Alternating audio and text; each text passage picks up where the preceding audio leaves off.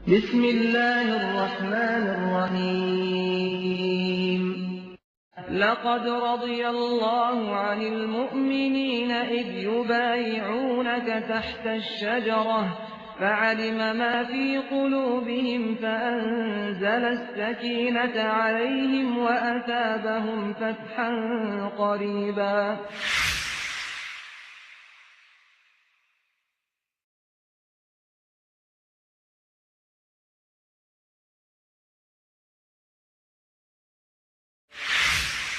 سیدنا عثمان کے نام پر اپنے بیٹوں کے نام رکھنے والوں، سیدنا عثمان کے ایمان جیسا ایمان بھی بناؤ کہ نبی کی بات پھر قیامت میں کسی بات اس نبی کی بات سے ٹکرا جائے، دنیا کے ہر بندے کی بات کو ٹھوکر مار دو، محمد کی بات کو سینے سے لگا دو۔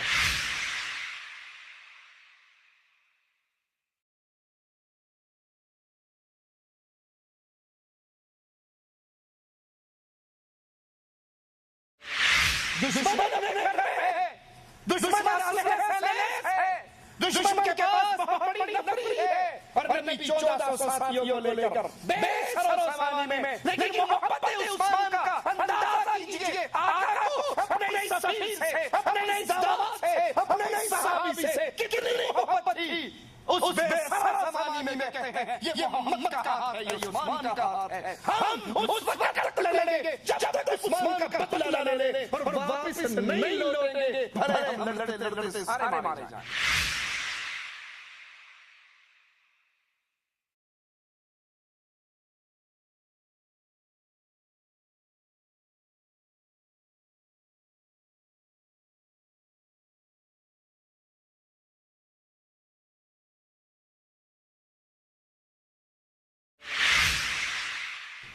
کیونکہ کافر ہے تو کرتا ہے شمشیر پہ بھروسہ، مومن ہے تب تیرے دل پر سپاہی۔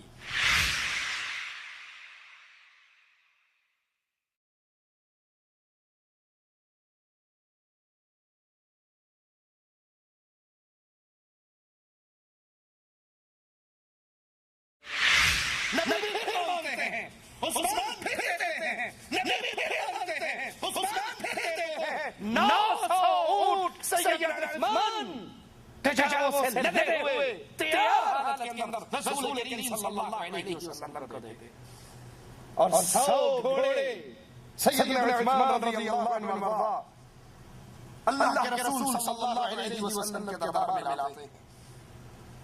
1000 دینار جو 5.5 کلو سونے کے برابر، سیدنا عثمان وہ سونا وہ دینار لا کر امام الانبیاء کی گود میں ڈال دیتے ہیں۔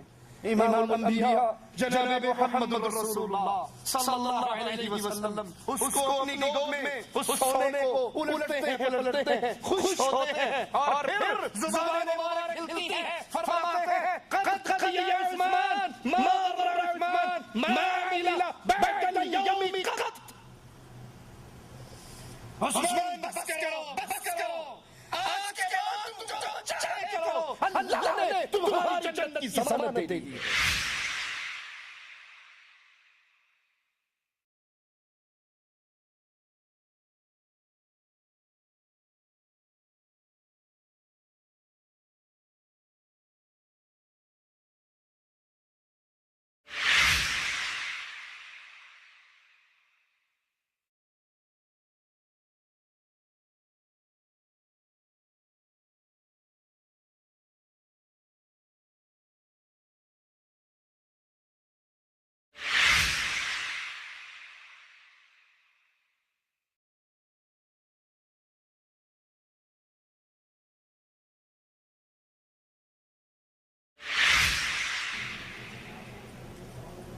إن الحمد لله نحمده ونستعينه ونستغفره ونعوذ بالله من شرور أنفسنا ومن سيئات أعمالنا، من يهده الله فلا مضل له ومن يضلل فلا هادي له، أشهد أن لا إله إلا الله وحده لا شريك له وأشهد أن محمدا عبده ورسوله، أما بعد فإن خير الحديث كتاب الله وخير الهدي هدي محمد صلى الله عليه وسلم وشر الأمور محدثاتها وكل محدثة بدعة وكل بدعة ضلالة وكل ضلالة في النار. أعوذ بالله من الشيطان الرجيم. بسم الله الرحمن الرحيم. لقد رضي الله عن المؤمنين إذ يبايعونك تحت الشجرة فعلم ما في قلوبهم فأنزل السكينة عليهم وأثابهم فتحا قريبا.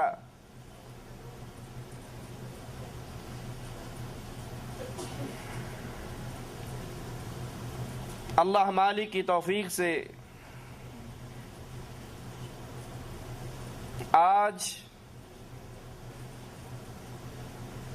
اس ذات کا تذکرہ سنیں گے جن کو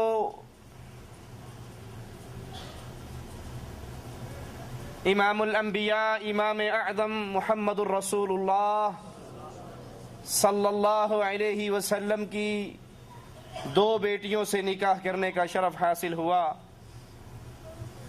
ان کا نام عثمان، کنیت ابو عبداللہ، لقب ذی النورین، 2 نوروں والے. رسول کریم صلی اللہ علیہ وسلم کے ان 10 خوش نصیب ساتھیوں میں آپ کا شمار جن کو اللہ کے حبیب علیہ الصلاۃ والسلام نے اس دنیا میں رہتے ہوئے جنت کی خوشخبری عطا کی. آپ چلتے اس دنیا پر تھے، رہتے اس دنیا پر تھے، اور اللہ کے نبی علیہ الصلاۃ والسلام نے اللہ کی جنت کی خوشخبری آپ کو عطا کر دی تھی. مسلمانوں کے تیسرے خلیفہ راشد،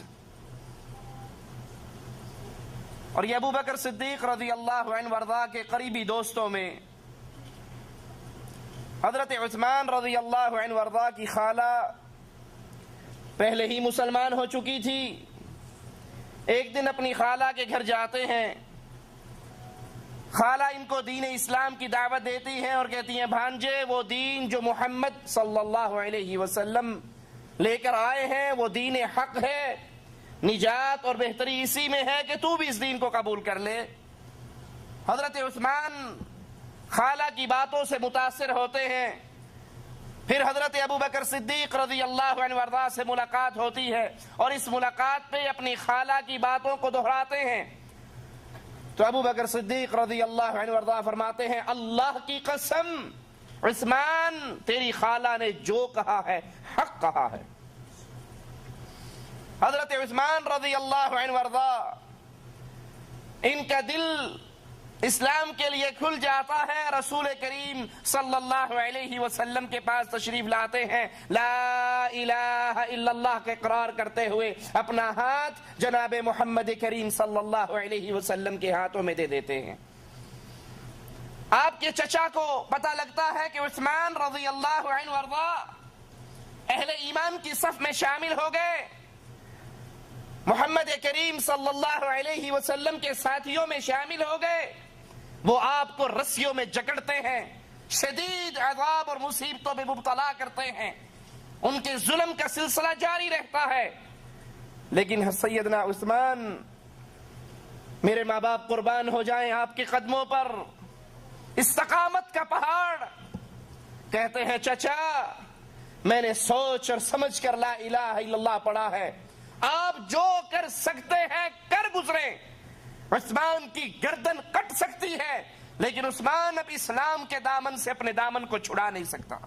میں لا الہ الا اللہ محمد رسول اللہ کا اقرار کر کے اللہ کے نبی صلی اللہ علیہ وسلم پر ایمان لے آیا ہوں. آپ مار سکتے ہیں مار لیجئے، جو چاہے کر لیں، آپ ہر طرح کے ظلم مجھ پہ کر سکتے ہیں لیکن میرا دامن اب اہل ایمان میں شامل ہو چکا ہے، میں مسلمان ہو چکا ہوں، میرے دل سے ایمان کی غیرت کو نہیں نکال سکتے.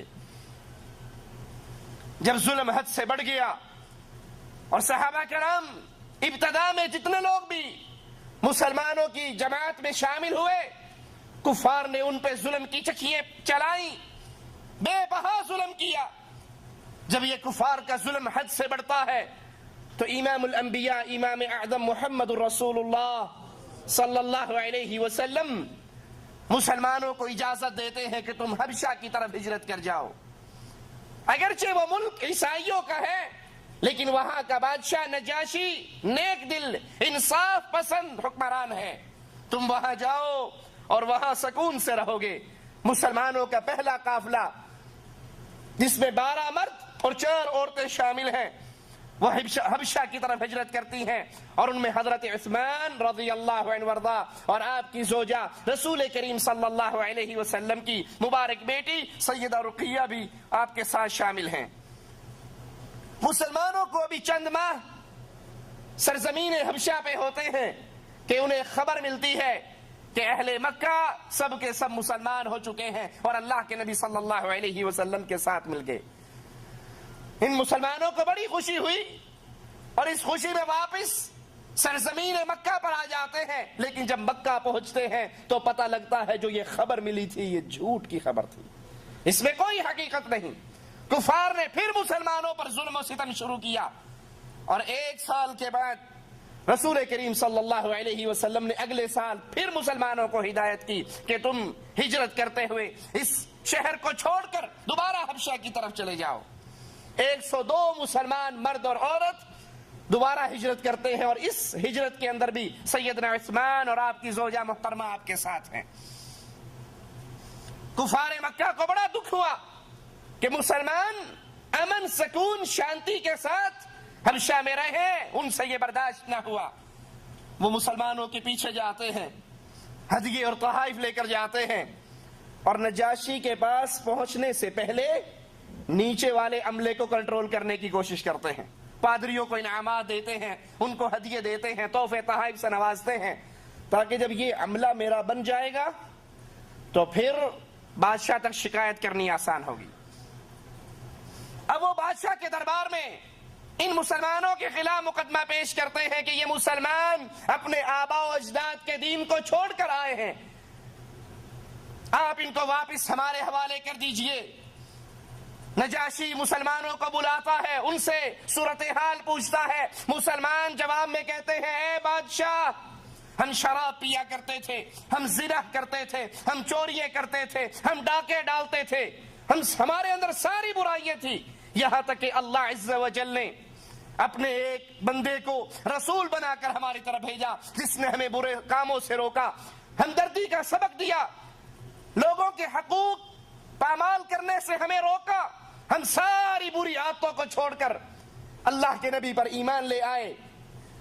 جب کافروں نے دیکھا کہ یہاں دال نہیں گلنے والی اور ہمارے سارے حربے فیل ہیں, وہ کہتے ہیں نجاشی جن کو تو نے پناہ دی ہے جانتا ہے یہ عیسیٰ اور مریم کے بارے میں کیا عقیدہ رکھتے ہیں. نجاشی مسلمانوں کو بلا کر پوچھتا ہے تمہارا مریم علیہ السلام کے بارے میں کیا عقیدہ ہے. اب سوچئے یہاں پر منظر کتنا خطیر ہے, موقع کتنا خطرناک ہے. مسلمان بھاگ کر اس عیسائی بادشاہ کے سامنے پناہ لینے کے لیے آئے اور وہ دکھتی ہوئی رگ اس پر کفار مکہ نے ہاتھ رکھا ہے کہ مسلمان عیسیٰ کو اللہ کا بیٹا نہیں جانتے, تثلیث کے قائل نہیں ہے, 3 الہوں کے قائل نہیں ہے, یہ تو مریم کو اللہ کی بندی جانتے ہیں, عیسیٰ کو اللہ کا بندہ جانتے ہیں. جب یہ عقیدہ اس نجاشی کے سامنے پیش ہوگا تو یہ ضرور غصے میں آ کر ان کو ہمارے حوالے کر دے گا. لیکن قربان جائیے محمد کریم صلی اللہ علیہ وسلم کے تیار کردہ ان اصحاب پر جب بادشاہ پوچھتا ہے تم مریم کے بارے میں کیا کہتے ہو, تو اللہ کے نبی صلی اللہ علیہ وسلم کے اصحاب کے اس گروہ میں سے ایک صحابی کھڑے ہو کر قرآن پاک کی آیات کی تلاوت کرتا ہے اور قرآن حکیم کی روشنی میں حضرت مریم علیہ السلام کا مقام بیان کرتا ہے. نجاشی زمین سے ایک تنکا اٹھاتا ہے اور کہتا ہے اللہ کی قسم تم نے مریم کی جو شان بیان کی ہے اس تنکے کے برابر بھی اس میں تم نے کمی نہیں کی, یہی اس کی حقیقت ہے جو تم نے بیان کی ہے. اور کفار وہاں سے نامراد لوٹتے ہیں. مسلمان کچھ عرصے کے بعد پھر واپس آ جاتے ہیں اور پھر تیسری مرتبہ رسول کریم صلی اللہ علیہ وسلم کے صحابہ جب مدینے کی طرف ہجرت کرتے ہیں تو سیدنا عثمان رضی اللہ عنہ وارضا اس تیسری ہجرت کے اندر بھی مسلمانوں کے ساتھ ہیں. آپ کی بیوی رقیہ آپ کے ساتھ ہے اور آپ کا بیٹا عبداللہ آپ کے ساتھ ہے. تیسری ہجرت کا شرف پاتے ہیں. ابھی مدینہ کے اندر مسلمانوں کو گئے ہوئے 2 سال کا وقفہ ہوتا ہے، عرصہ گزرتا ہے کہ بدر کا معرکہ پیش آ جاتا ہے. اب صحابہ تیاری کر رہے ہیں میدان جنگ میں جانے کے لیے، اور اللہ کے نبی صلی اللہ علیہ وسلم کی بیٹی حضرت عثمان کی زوجہ حضرت رقیہ رضی اللہ تعالی عنہا بیمار ہو جاتی ہیں. شان سنیے، مقام دیکھیے. اللہ کے نبی فرماتے ہیں عثمان تم مدینہ میں رہو، میری بیٹی کا خیال رکھو. اور آپ نے اپنے قریبی ساتھی اسامہ کو بھی حضرت عثمان کے خیال کے لیے چھوڑا. تم مدینہ میں رہو، یہ بدر والے میرے ساتھ مارکے والے جا رہے ہیں، جو بندہ مارکہ بدر میں شامل ہوگا عثمان اللہ تجھے اتنا ہی ثواب دے گا جتنا بدریوں کو ثواب دے گا. تجھے لڑے بغیر وہ ثواب ملے گا جو یہ ثواب لڑ کر حاصل کریں گے. تم مدینہ میں رہ کر بدر کے مارکے کا اجر و ثواب پائے گا. تو میری بیٹی کی خدمت کر، اس کا خیال رکھ، یہ بیماری کے ایام میں ہے تو مدینے میں رہے. غزوہ بدر کے اندر مسلمانوں کو مالک فتح عطا فرماتا ہے، اور جہاں ہی مسلمانوں کو فتح نصیب ہوتی ہے اسی رات سیدہ رقیہ رضی اللہ تعالی عنہا بیماری کی شدت بڑھتی ہے، فوت ہو کر یہ جہان چھوڑ کر اپنے اللہ کے پاس چلے جاتی ہے. حضرت عثمان رضی اللہ عنہ وارضا اپنی بیوی کو دفن کرتے ہیں کہ اللہ کے نبی صلی اللہ علیہ وسلم تشریف لاتے ہیں. آپ کو بڑا غم ہوتا ہے، جہاں عثمان کو غم ہے وہاں نبی کو بھی غم ہے. اللہ کے رسول صلی اللہ علیہ وسلم اپنی بیٹی کی قبر پہ جاتے ہیں، آنکھوں سے آنسو بہ رہے ہیں، ان کے لیے مغفرت کی دعا کر رہے ہیں، اور حضرت عثمان غم میں نڈھال ہے. اور اس غم کی کیفیت میں آپ کی زبان سے بے اختیار جو جملے نکلتے ہیں وہ جملے یہ ہے: افسوس میرا محمد کریم صلی اللہ علیہ وسلم سے جو دامادی والا رشتہ تھا وہ رشتہ آج ختم ہو گیا. بیوی کی وفات کا غم اپنی جگہ پر، لیکن اس سے بڑا غم یہ ہے کہ آج سے پہلے لوگ کہا کرتے تھے یہ عثمان داماد رسول ہے صلی اللہ علیہ وسلم، وہ جو میرا ایک رشتہ تھا نبی سے، نبوت والا رشتہ تو تھا ہی، کلمہ پڑھ کے میں آپ کے ساتھیوں میں شامل تو ہو گیا، لیکن میرا آپ سے رشتہ سسر کا تھا، دامادی کا رشتہ تھا، آج وہ رشتہ ختم ہو گیا. کسی کو اپنی بیٹی کا غم ملا ہو، کسی کا داماد اس کی بیٹی کو خوش نہ رکھتا ہو، کیا خیال ہے وہ بیٹی مر جائے تو یہ دوسری بیٹی کا نکاح اپنے اس داماد سے کرے گا کہ تجھے پہلے ہی ایک دی تھی، تو نے اسی کو ذلیل کر کے رکھا. لیکن جو کوئی انسان کسی سے اتنا خوش ہو اپنی بیٹی کا رشتہ دے کر، وہ سمجھتا ہو کہ اس نے حق ادا کیا ہے محبتوں کا، تبھی انسان اپنی دوسری بیٹی اس کو دیتا ہے. اللہ کے نبی صلی اللہ علیہ وسلم کے ساتھی حضرت عثمان بار بار یہ جملہ کہتے ہیں کہ آقا علیہ السلام سے، امام الانبیاء سے جو وہ رشتہ داری تھی وہ شرف آج ختم ہو گیا. اللہ کے نبی علیہ الصلوۃ والسلام حضرت عثمان سے اپنی دوسری بیٹی کا نکاح کر دیتے ہیں. سیدنا عثمان کو گالیاں دینے والوں، سیدنا عثمان پر طعن کرنے والوں، سیدنا عثمان کی توہین کرنے والوں، سیدنا عثمان کے ایمان کا انکار کرنے والوں، سیدنا عثمان کے بارے میں نفاق کی تہمت لگانے والوں، بتاؤ اگر عثمان سچے مومن نہ ہوتے، اگر عثمان سے رسول صلی اللہ علیہ وسلم خوش نہ ہوتے، اپنی دوسری بیٹی کا نکاح اس سے کیوں کرتے؟ دوسری بیٹی کو ان کے نکاح میں دینا یہ عثمان کے ایمان کی بھی گارنٹی ہے، آپ کے اخلاق کی بھی گارنٹی ہے، محبت رسول کی بھی گارنٹی ہے کہ اللہ کے نبی صلی اللہ علیہ وسلم کو آپ سے اتنی محبت تھی، ایک بیٹی کے فوت ہو جانے پر دوسری بیٹی کا نکاح آپ سے کر دیا. اللہ کے رسول علیہ الصلوۃ والسلام ہجرت کے 6 سال اپنے اصحاب کرام کو لے کر عمرے کی نیت سے مدینہ سے نکلتے ہیں. 1400 صحابہ آپ کے ساتھ ہیں، ارادہ عمرے کا ہے. اسلحے سے لیس نہیں ہیں، جنگی حالت میں نہیں، جنگی تیاری میں نہیں، بلکہ صرف عمرے کی غرض سے آتے ہیں۔ کفار مکہ کو پتہ لگتا ہے کہ رسول کریم صلی اللہ علیہ وسلم تشریف لا رہے، وہ عہد کرتے ہیں کہ اللہ کے نبی علیہ السلام کو ہم مکے کی حدود میں داخل نہیں ہونے دیں گے۔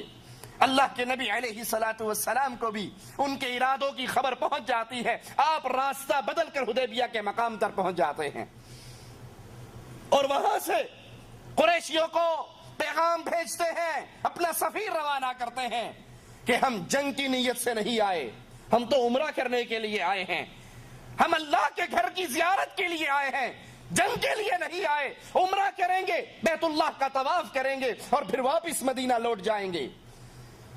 قریش مکہ طائف کے ایک سردار عروہ ثقفی کو بھیجتے ہیں، وہ آتے ہیں رسول کریم صلی اللہ علیہ وسلم کی ملاقات کے لیے، آپ سے ملاقات کرتے ہیں، آپ ان کے سامنے بھی یہی بات رکھتے ہیں کہ ہم جنگ کے لیے نہیں آئے، جنگ کا ہمارا ارادہ نہیں ہے، تمہارے سامنے ہماری کیفیت، ہم جنگ کی تیاری سے نہیں آئے، ہم تو خالصتاً عمرہ کرنے کی نیت سے آئے ہیں۔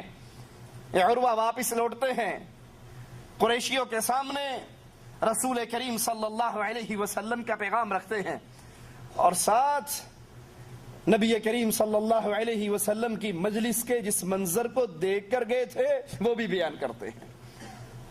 نبی وضو کرتے علیہ السلام، میرے نبی کے صحابہ آپ سے محبت کرنے والے، وہ اتنی محبت کرتے، وہ پانی جو آقا کے جسم اطہر کو لگ کر نیچے گرتا اس کو کوئی نیچے نہ گرنے دیتا بلکہ پہلے ہی اپنے ہاتھوں پہ لے لیتا، اور اگر کسی کے ہاتھ میں پانی کے قطرے نہ آتے وہ اپنے ساتھی کے گیلے ہاتھ پر اپنا ہاتھ لگا لیتا۔ یہ عروہ کہنے لگے، اے قریش مکہ، اے سرداروں، میں نے بڑے بڑے بادشاہوں کے درباروں کو دیکھا ہے، کیسر و کسرا کے درباروں میں گیا ہوں، لیکن اللہ کی قسم جو عزت، جو محبت، جو قربانی، جو اثار میں نے محمد کے صحابہ کو محمد سے کرتے ہوئے دیکھا ہے، میں نے دنیا کے کسی بادشاہ کے دربار میں نہیں دیکھا۔ تم جنگ سے باز آ جاؤ اور محمد کریم صلی اللہ علیہ وسلم سے صلح کر لو۔ قریش نہ مانے، آقا علیہ السلام نے ایک اور سفیر کو بھیجا، قریش نے ان کے ساتھ برا سلوک کیا اور واپس لوٹایا۔ پھر رسول کریم صلی اللہ علیہ وسلم کی نگاہ انتخاب محمد کریم صلی اللہ علیہ وسلم کی نظر اپنے پیارے ساتھی عثمان رضی اللہ عنہ وارضاہ پر پڑی۔ سیدنا عثمان کا بڑا مقام تھا اہل مکہ کے ہاں۔ حضرت عثمان جاتے ہیں، اہل مکہ سے کہتے ہیں، مکہ والو، میں اور میرا حبیب، میرے امام اور میرے قائد اور میرے نبی، ہماری جماعت اپنے نبی کے ساتھ صرف عمرے کی نیت سے آئی ہے، جنگ کرنے کی غرض سے نہیں آئی، ہمیں عمرہ کرنے دو اور ہم لوٹ جائیں گے۔ کفار مکہ نے کہا، اے عثمان، ہم تجھے اجازت دیتے ہیں، بیت اللہ خالی ہے، جاؤ طواف کرو، حجر اسود کو چومو، عمرہ ادا کرو، تمہیں کوئی نہیں روکے گا، تم جاؤ، تمہیں اجازت ہے، جاؤ عمرہ کر لو۔ اے عثمان، تیری عظمتوں پہ قربان، تیری محبت رسول پہ قربان۔ ہم بھی محبت رسول کے دعوے دار، چہرے پہ داڑھی آ جائے اور بیگم ناراض ہو جائے تو نبی کی سنت کو شیو کر کے بیوی کو راضی کر لیتے ہیں۔ نبی کی بات ماں کی بات سے ٹکرا جائے، ماں کی بات کو سینے سے لگا دیتے ہیں، حدیث رسول کو پشت کے پیچھے پھینک دیتے ہیں۔ اجی مولوی صاحب بات تو ٹھیک ہے لیکن آج تو شادی ہے نا میری، آج تو امی کی بات چلے گی، امی نے کہا ہے ڈھول بجیں گے تو بجیں گے، آج شادی ہے، آج حدیث کی بات نہ کرو، قرآن کی بات نہ کرو۔ بیت اللہ خالی ہے، سامنے موجود ہے، عثمان مکہ میں ہے اور اجازت مل رہی ہے، جاؤ بیت اللہ کا طواف کر لو، جاؤ عمرہ ادا کر لو۔ کہتے اللہ کی قسم، میں اپنے نبی کے بغیر اللہ کے گھر کا عمرہ نہیں کروں گا، بیت اللہ کا طواف نہیں کروں گا، حجر اسود کو نہیں چوموں گا، سعی نہیں کروں گا اگر تم میرے آقا کو اجازت نہیں دیتے۔ یہ کیسے ہو سکتا ہے؟ میں اور میرے نبی مدینے سے اکٹھے چلے عمرے کی نیت پہ، نبی اس سعادت سے محروم رہے اور عثمان عمرہ کر کے جائے. عثمان بھی عمرہ تب کرے گا جب محمد رسول اللہ کریں گے صلی اللہ علیہ وسلم.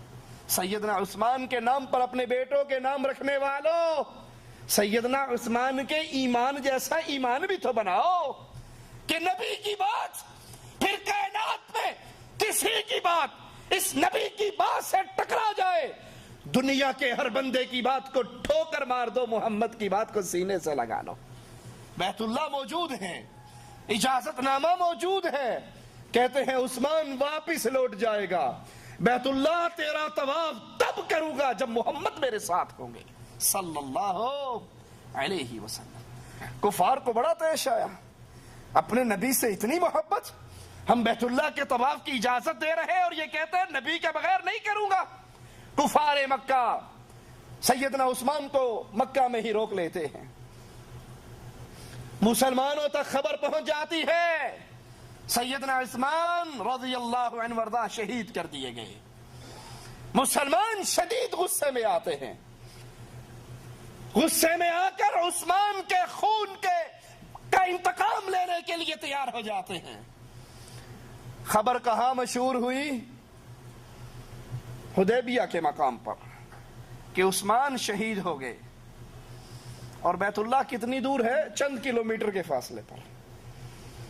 اللہ کے نبی صلی اللہ علیہ وسلم مکہ سے 1400 ساتھیوں کو لے کر عمرہ کرنے کے لیے نکلے تھے نا. یہ دعویٰ کرنے والوں ہمارے پیروں کو پورا علم غیب ہے، بزرگوں کو علم غیب ہے، نبی کو علم غیب ہے. جب نبی کو علم غیب ہے تو پھر یہ عمرے کا سفر کیوں ہوا؟ اگر آپ کے اس دعوے کو مان لیا جائے کہ اولیاء کو علم غیب ہوتا ہے، اولیاء کے سردار محمد کے صحابہ ہیں صلی اللہ علیہ وسلم. یہ نبی کے صحابہ مدینے سے کیوں نکلے؟ اگر اولیاء کو علم غیب انہیں تو پہلے پتہ اللہ کے نبی راستے میں سے ہی واپس آنا ہے، جانے کا کیا فائدہ ہے؟ عمرہ تو ہم کر ہی نہیں سکیں گے. نبی کیوں نکلے؟ عثمان کو کیوں بھیجا؟ سنیے، حضرت عثمان مکہ میں زندہ ہے اور اللہ کے رسول صلی اللہ علیہ وسلم اور آپ کے صحابہ خون عثمان کا بدلہ لینے کے لیے تیار ہیں. ایک درخت کے نیچے بیٹھتے ہیں، لوگوں سے عثمان کے خون کا انتقام لینے کے لیے بیعت لیتے ہیں. اور اللہ کے نبی کا انداز دیکھیے، اپنے ایک ہاتھ پر اپنا دوسرا ہاتھ رکھ کر اپنے دوسرے ہاتھ کو عثمان کا ہاتھ قرار دیتے ہیں.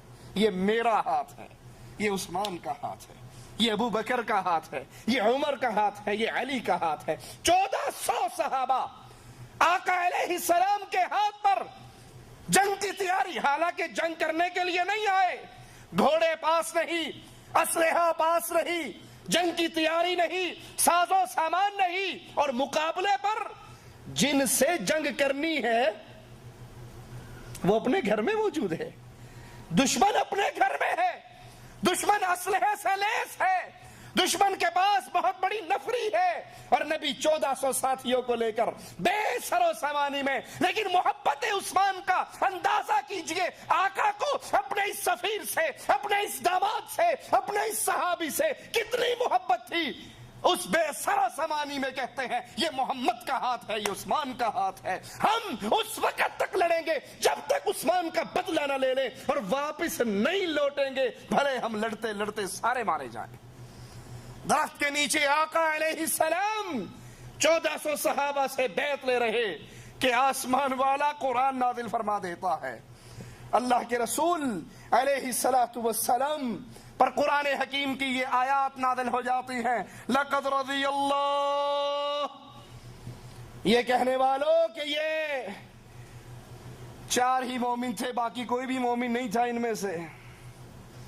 یہ 1400 ہیں اور 1400 بے سر و سامانی کے اندر جنگ کی تیاری کر چکے ہیں، مرنے کی بیعت ہو چکی ہے. کیونکہ کافر ہے تو کرتا ہے شمشیر پہ بھروسہ، مومن ہے تو بے تیغ بھی لڑتا ہے سپاہی. ان کی محبتیں، ان کا پیار، ان کی عظمتیں، جنگ کی تیاریاں، اور یہ سارا کچھ دے کر اللہ بھی ان سے راضی ہونے کا سرٹیفکیٹ نازل کر رہا ہے. لقد رضی اللہ عن المؤمنین اللہ ان مومنوں سے راضی ہوا. ان میں ابو بکر ہے, ان میں عمر ہے, ان میں صحابہ کرام ہیں. اللہ کے نبی علیہ السلام کے ساتھی 1400 صحابہ, اور اللہ 1400 کو سب کو مومن کہہ رہا ہے اور سب کے بارے میں کہہ رہا ہے لقد رضی اللہ, اللہ ان سے راضی ہوا. اور یہ ہے کون؟ عن المؤمنین, یہ اہل ایمان ہے. تمہارے اس دعوے کی کیا حقیقت ہے کہ صرف 3 یا 4 یا 7 مومن تھے, باقی سارے نعوذ باللہ منافقین کا ٹولہ تھا؟ لقد رضی اللہ عن المؤمنین اذ یبایعونک تحت الشجرہ, جب تیرے ہاتھ پر اے نبی یہ درخت کے نیچے بیٹھے بیعت کر رہے تھے, اللہ تجھ سے بھی راضی اور ان سب سے راضی. اگر اللہ کے نبی کو علم غیب تھا تو قرآن کی اس آیت کے بارے میں کیا کہو گے؟ نبی کی اس بیعت لینے کو کیا کہو گے؟ اللہ کے لیے سوچنا, اللہ کے لیے اس عقل کو استعمال کرنا, مذہبی تعصب سے باہر نکلتے ہوئے, پیروں کی اندھی تقلید کے تعصب سے باہر نکلتے ہوئے. اگر یہ مان لیا جائے رسول اللہ صلی اللہ علیہ وسلم کو علم غیب تھا تو پھر نعوذ باللہ یہ جو بیعت رضوان جو ہو رہی تھی, کیا یہ ڈرامہ تھا؟ یہ کوئی فلم کا سین کیا تھا؟ یہ نبی کو حقیقت معلوم تھی, پھر بیعت کس بات کی؟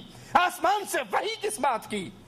ادھر بیعت ہو رہی ہے, مسلمان بھرپور جنگ کی تیاری کر رہے ہیں, ادھر سیدنا عثمان رضی اللہ عنہ وارضا صحیح سلامت رسول اللہ صلی اللہ علیہ وسلم کے پاس پہنچ جاتے. لیکن کفار کو مسلمانوں کے جذبہ جہاد کی خبر ملتی ہے کہ یہ تو بے سر و سامانی کے اندر بھی لڑنے مرنے کے لیے تیار ہو گئے, تو مجبوراً کفار مسلمانوں کے ساتھ چند شرائط پر صلح کے لیے تیار ہو جاتے.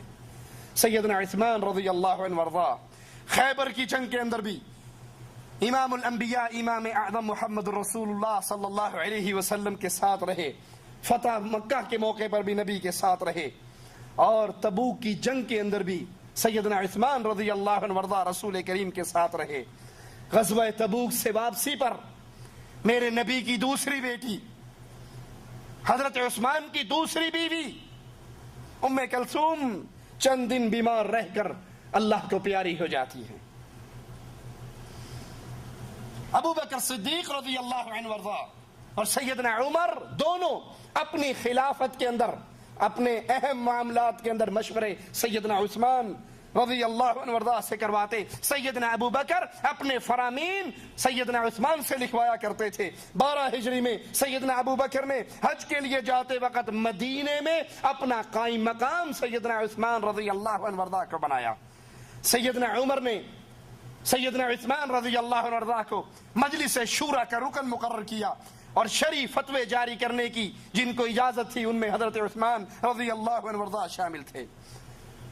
اور یہ عثمان وہ عظیم ذات جس کو غنی کا لقب بھی ملا, مسلمانوں کی مدد میں بڑھ چڑھ کر حصہ لینے والے, مسلمانوں کی مدد میں اپنے مال کو پانی کی طرح خرچ کرنے والے. مسلمان جب مدینے میں پہنچے تو میٹھے پانی کا کنواں صرف ایک ہی تھا, اور اس کا مالک بھی یہودی تھا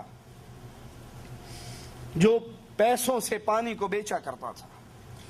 امام الانبیاء امام اعظم محمد رسول اللہ صلی اللہ علیہ وسلم فرماتے ہیں کون ہے یہ پانی کا کنواں مسلمانوں کو خرید کر دے دے, میں اس کو اللہ کی جنت دیتا ہوں, میں اس کی جنت کی گارنٹی دیتا ہوں جو یہ پانی کا کنواں مسلمانوں کے لیے وقف کر دے.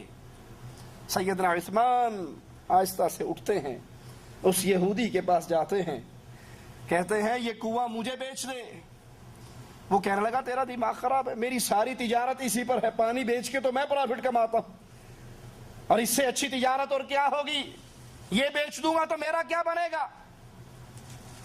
کہا تجھے اچھا سا اچھا ریٹ دوں گا. کہا نہیں میں نہیں بیچنے کے لیے تیار. پھر جواب میں کہتے ہیں اچھا منہ مانگی قیمت لے لے, کیونکہ سودا اللہ کی جنت کا تھا, سودا اللہ کی جنت کا ہو, اور عثمان اس کو خریدنے سے پیچھے رہ جائے, دنیا کی آنکھ نے یہ منظر کبھی نہ دیکھا. کہا منہ مانگی قیمت لے لے. جب اتنی بڑی بات سنی پھر بھی تیار نہ ہوا. سیدنا عثمان نے کہا اچھا ایک اور حل نکالتے ہیں, یوں کرتے ہیں اس کنویں کو آدھا آدھا کر لیتے ہیں, آدھا کنواں مجھے دے دے آدھا تو لے لے. کہا یہ کنواں کیسے آدھا ہوگا؟ کہا کنواں آدھا نہیں ہوگا, وقت آدھا ہو جائے گا. ایک دن پانی تو بیچا کر, ایک دن میرے ذمہ ہو جائے. یہودی کو یہ بات دل کو لگی. اس نے 12,000 درہم میں آدھا کنواں ایک دن سیدنا عثمان کو دے دیا اور ایک دن اپنے پاس رکھ لیا. وہ بھی یہی سمجھتا ہوگا کہ میں بیچتا ہوں تو یہ بھی بیچے گا, تجارت کر رہا ہے. وہ سیرت عثمان کو کیا جانے, وہ شان عثمان کو کیا جانے. آدھا کنواں خرید کے اللہ کے نبی علیہ الصلوۃ والسلام کے پاس آئے. کہا آقا مسلمانوں میں اعلان کر دیجئے عثمان کی باری والے دن اتنا پانی بھر لیں کہ دوسرے دن ان کو پانی کی حاجت نہ رہے. اور آقا یہ اعلان صرف مسلمانوں میں نہیں کفار میں بھی کر دیجئے, یہودیوں کو بھی اجازت دے دیجئے. جس کا جی چاہتا ہے عثمان والے دن عثمان کی باری میں مفت پانی لے جائے, عثمان ان سے کوئی پیسہ نہیں مانگتا. جب یہ سلسلہ چلا یہودی اپنی باری میں خالی بیٹھا رہتا. جس نے پانی بھرنا پہلے دن ہی بھر کے لے گیا. پھر اس کو سمجھ آیا میں کتنا برا فیصلہ کر کے یہ آدھا کنواں بیچا. مزید 8,000 درہم سیدنا عثمان سے مانگ کر پورا کنواں وہ حضرت عثمان رضی اللہ عنہ کو دے دیتا ہے. اور سیدنا عثمان آتے ہیں آقا کے پاس. آقا آپ نے جنت کی بات کی تھی نا, یہ کنواں مجھے خرید کر دے, میں اس کو جنت کی گارنٹی دیتا ہوں. آقا عثمان کنواں مسلمانوں کے نبی کے حوالے کر رہا ہے اور آپ سے اللہ کی جنت کی گارنٹی مانگ رہا ہے. مدینہ کی مسجد جو دھرتی پر آخری نبی کے ہاتھ کی بنی ہوئی آخری مسجد, مسلمان تعداد میں بڑھے تو جگہ تنگ ہو گئی. امام الانبیاء امام اعظم محمد الرسول اللہ صلی اللہ علیہ وسلم نے فرمایا کون ہے یہ مسجد کے ساتھ والا پلاٹ زمین خرید کے مسجد میں شامل کر دے, جو مسجد کی یہ جگہ خرید کر دے گا میں اس کے لیے اللہ کی جنت کی گارنٹی دیتا ہوں. سیدنا عثمان اٹھے اور وہ زمین خرید کر امام الانبیاء کے حوالے کر دی اور محمد کریم صلی اللہ علیہ وسلم سے جنت کا ٹکٹ خود لے لیا. سیدنا عمر رضی اللہ عنہ وارضاہ کے دور میں قحط پڑا. ایک تاجر 1,000 اونٹ غلے سے لدے ہوئے مدینے میں لاتا ہے, سارا غلہ حضرت عثمان خرید لیتے. مدینے کے تجار کو پتہ لگتا ہے, وہ سیدنا عثمان کے پاس آتے ہیں, کوئی 1% پرافٹ دینے کی بات کرتا ہے, کوئی 2% دینے کی بات کرتا ہے, کوئی 3% پرافٹ دینے کی بات کرتا ہے. سیدنا عثمان کہتے ہیں میں غلہ اس کو بیچوں گا جو 10% پرافٹ دے گا. وہ سارے تاجر واپس لوٹ کے کہ 10% کون دے گا تجھے, ہم نہیں خریدتے. وہ واپس جاتے ہیں, سیدنا عثمان سیدنا عمر کے پاس آ کر کہتے ہیں مومنوں میں اعلان کر دیجئے, مدینے میں اعلان کر دیجئے, جس کو جتنا غلہ چاہیے وہ عثمان سے فری لے جائے. وہ لوٹتے ہیں تاجر, عثمان تو نے تو کہا تھا میں غلہ 10% پر دوں گا اور اب تو فری بانٹ رہا ہے, مفت بانٹ رہا ہے. کہا تمہیں نہیں پتا میرے رب نے 1 درہم کے بدلے 10 نیکیوں کا بدلہ وعدہ کر رکھا ہے. تم 1 درہم اللہ کے راستے میں خرچ کرو, اللہ 10 گنا اس کا ثواب دے گا. میں نے 1,000 اللہ کے راستے میں اونٹ خرچ کیے ہیں, اللہ اس کے بدلے میں مجھے 10 گنا پروفٹ دے گا. وہ عثمان رضی اللہ عنہ وارضاہ غزوہ تبوک کے موقع پر مسلمانوں کا سفر بڑا لمبا, جس لشکر سے مقابلہ وہ بڑا شدید. اللہ کے حبیب علیہ الصلوۃ والسلام نے مسلمانوں کو اکٹھا کیا. اب اس لشکر کے کھانے پینے اور اخراجات اور سفر کے راستے کی صعوبتیں, یہ سارا کچھ دیکھتے ہوئے اللہ کے نبی علیہ الصلوۃ والسلام نے مسلمانوں سے جہاد کے لیے چندے کا سوال کیا. ابو بکر صدیق رضی اللہ عنہ وارضاہ اپنے گھر کا سارا سامان لے کر آ گئے. آقا علیہ الصلوۃ والسلام نے پوچھا ابو بکر گھر والوں کے لیے کیا چھوڑ کر آیا ہے؟ جواب میں کہا امام الانبیاء ابو بکر کے گھر میں جو تھا وہ تیرے قدموں میں لے آیا ہے. صدیق کے گھر میں رب ہے اور اس کے رسول کی محبت ہے. ان دو محبتوں کے علاوہ کچھ بھی نہیں ہے. سیدنا عمر رضی اللہ عنہ وارضا فرماتے ہیں میرے جی میں تھا آج میں ابو بکر سے جیت جاؤں گا، کیونکہ میں نے اپنے گھر کے مال کے 2 حصے کیے تھے. آدھا اللہ کے نبی کی عدالت میں لایا تھا، آدھا اپنے گھر والوں کے پاس چھوڑا تھا. لیکن جب ابو بکر کا جواب سنا تو مجھے یقین ہو گیا عمر ابو بکر سے کبھی نہیں بڑھ سکتے. اللہ کے نبی بیٹھے ہیں، اعلان کرتے ہیں کون ہے 100 اونٹ اللہ کے لیے دے دے، میں اس کے لیے جنت کی ضمانت دیتا ہوں. سیدنا عثمان رضی اللہ عنہ وارضا کا قافلہ اونٹوں کا تجارت کے لیے نکلنے کے لیے تیار. آپ اس قافلے کو روکتے ہیں، 100 اونٹ امام الانبیاء کو دیتے ہیں. اللہ کے نبی پھر سوال کرتے ہیں کون ہے 100 اونٹ دے دے، میں اس کو اللہ کی جنت کی ضمانت دیتا ہوں.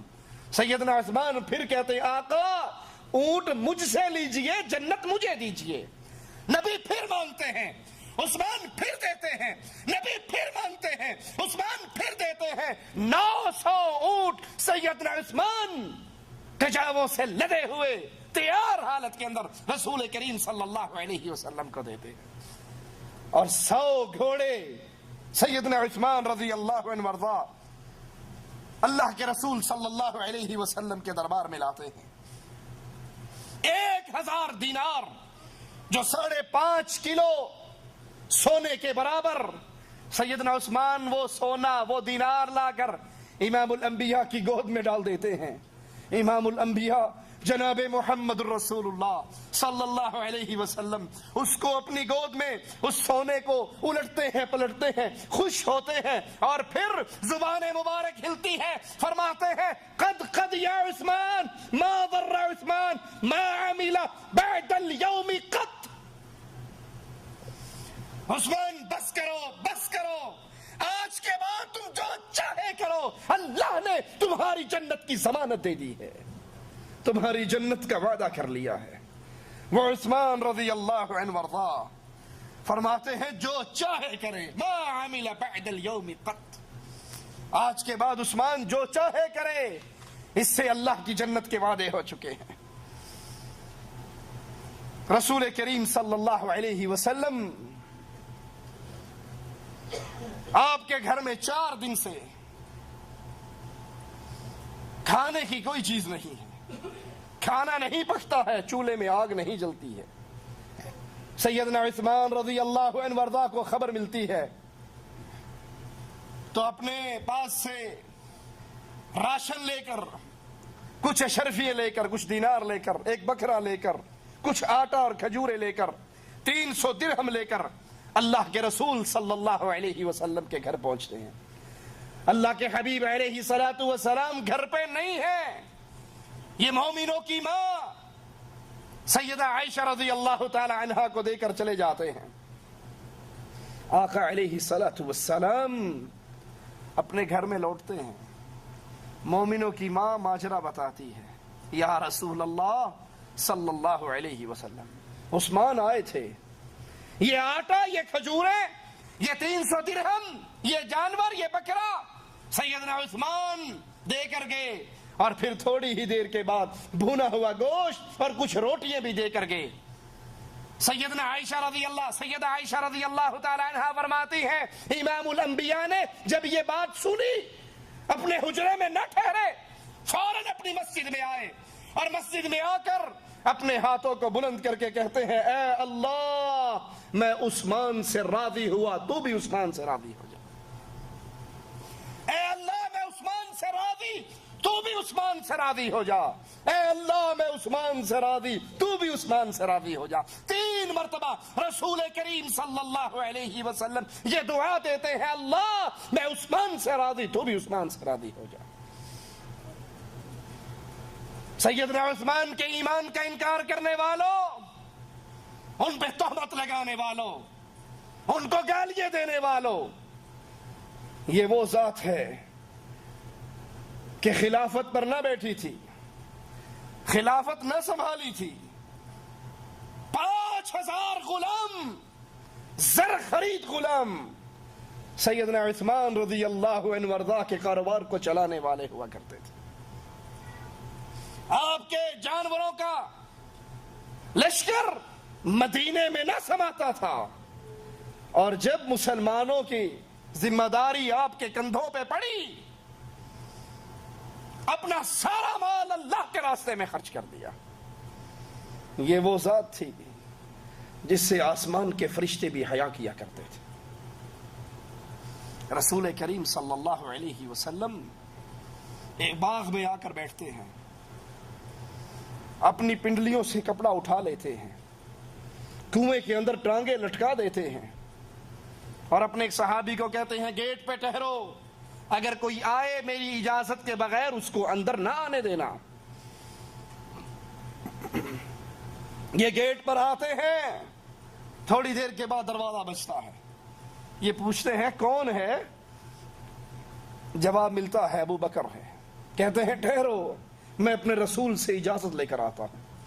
آ کر کہتے ہیں یا رسول اللہ صلی اللہ علیہ وسلم، میرے نبی کا نام آئے تو پیار سے کہا کریں صلی اللہ علیہ وسلم۔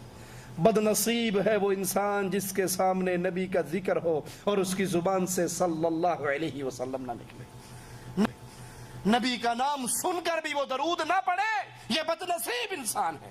اور خوش نصیب ہے وہ جس کو اپنے نبی کا نام سن کے اس کی زبان بے اختیار بول اٹھے صلی اللہ علیہ وسلم۔ یہ سودا گھاٹے کا نہیں ہے، نقصان کا نہیں ہے۔ تم ایک مرتبہ میرے نبی پہ درود پڑھو گے، عرش والا تمہارے اوپر 10 رحمتوں کا نزول فرما دے گا۔ میرے نبی کے ایک صحابی نے کہا تھا یا رسول اللہ صلی اللہ علیہ وسلم، میں نے اپنی دعا کے لیے کچھ وقت مقرر کر رکھا ہے، اس میں تھوڑی دیر آپ پہ درود پڑھتا ہوں، ایک حصہ درود پڑھتا ہوں، 3 حصے دعا مانگ لیتا ہوں۔ آپ نے کہا تھا میرے ساتھی اگر تو درود زیادہ پڑھے گا تیرا ہی فائدہ ہے۔ اس نے کہا یا رسول اللہ صلی اللہ علیہ وسلم، آئندہ 2 حصے درود پڑھ لیا کروں گا، 1 حصہ دعا مانگ لیا کروں گا۔ آقا علیہ الصلوۃ والسلام نے فرمایا بہتر ہے، لیکن اگر تو درود اور زیادہ پڑھے گا فائدہ تیرا ہے۔ پیچھے کچھ بچا تھا، 2 حصے تو پہلے اس نے درود کے کر لیے تھے۔ کہنے لگا یا رسول اللہ صلی اللہ علیہ وسلم، آج کے بعد دعا نہیں مانگا کروں گا، دعا کا مقرر کردہ سارا وقت آپ پہ درود پڑھتے ہوئے گزار دوں گا۔ آقا علیہ الصلوۃ والسلام نے فرمایا اگر تو ایسا کرے گا تیری دعائیں بغیر مانگے اللہ پوری کر دیا کرے گا۔ جو تو نے مانگنا ہے، جو تو نے ڈیمانڈ کرنی ہے، جو تو نے سوال کرنا ہے، جو تو نے جھولی پھیلانی ہے، اللہم ربنا کی صدائیں لگا کر جو کچھ تو نے مانگنا ہے، اگر تو دعا کا سارا وقت محمد کریم پہ درود پڑھتے ہوئے گزار دے گا تو پھر گارنٹی سن لے امام الانبیاء سے، تیری مانگے بغیر ساری پوری ہو جایا کریں گی، اور تیرے نامہ اعمال میں گناہ بھی باقی نہیں رہیں گے۔ کہتے ہیں اللہ کے حبیب علیہ الصلوۃ والسلام دروازے پر ابو بکر ہیں، آپ نے فرمایا جاؤ اس کو آنے کی اجازت دے دو، جنت کی خوشخبری دے دو۔ یہ آتے ہیں سیدنا ابو بکر کو اندر آنے کی اجازت دیتے ہیں اور کہتے ہیں تجھے مبارک ہو، تیرے آقا نے تجھے جنت کی خوشخبری بھی دی ہے۔ پھر دروازے پہ جا کے بیٹھ جاتے ہیں، تھوڑی دیر گزرتی ہے، سیدنا عمر آ جاتے ہیں، یہ صحابی انہیں روکتے ہیں کہ ٹھہرو میں اپنے نبی سے پوچھ کر آتا ہوں۔